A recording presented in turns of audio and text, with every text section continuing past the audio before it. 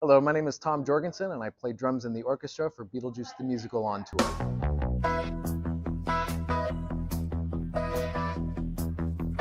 To be a part of the Beetlejuice company is very much a family of storytellers. We get to come on stage and tell a really wild and crazy story that we just have so much fun doing. We get to take the show across the country, and to connect our story to other audience members is really a special thing.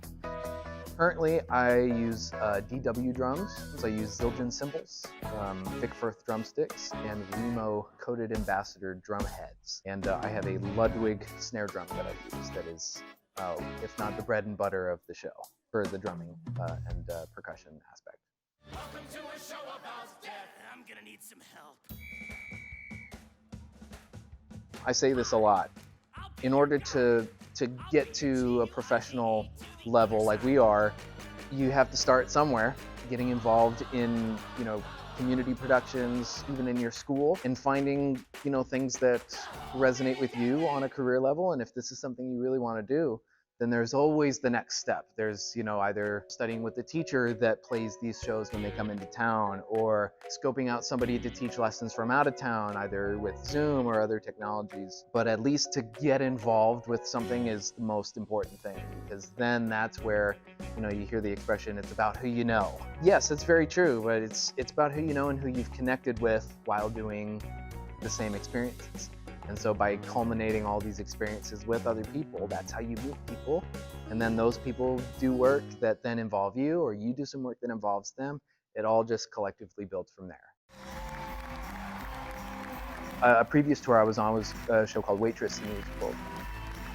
I often joke it's a singer-songwriter gig with a show written around it. Sarah Bareilles wrote the music. She, as her own artist, has an illustrious career as a singer-songwriter, and the show has elements of that, and the responsibility as the drummer has a different set of rules, or at least a different set of guidelines to help tell that story in that way. So when it comes to our show, there are lots of different storytelling guidelines that permit me to go tell this story in a very particular way. And so in that regard, that's how things change from one project to another, is you find the baseline, as I like to call it, and then you build a sound that then collectively tells the story together. And so it's all about finding the baseline of how to go about doing that from the onset. That's always going to be a really tough part about our gig, is the constant travel. We pick up and move every week, if not every 2 weeks. We audition and we strive for jobs like this. We auditioned and got to this job, so we knew what we were getting into. But at the same time, we find ways to make ourselves busy.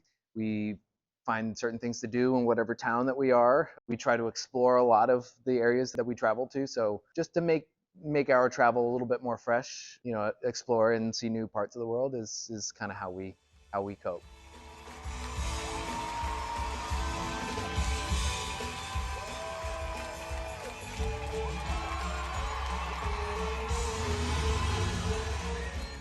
I have not taken a show off yet. So I've played every single show that we've done so far on this tour. So while I have seen the show in New York as prep to get the show ready, and I do somewhat see what's happening on stage. I have a direct feed of the stage, so I do get to see it. But the way I like to describe it is, because I'm performing in the show, I don't experience the show in the same way the audience does. And while that might seem obvious, it very much, the audience is either seeing it for the first time, or sometimes the second or third or fourth time. They're experiencing the show in so much more of an emotional state, because they get to view it as we're presenting it, whereas we know how the show is made and we are the ones that are creating it. And so our experience of putting on the show, while we are experiencing the show at the same time, is very different.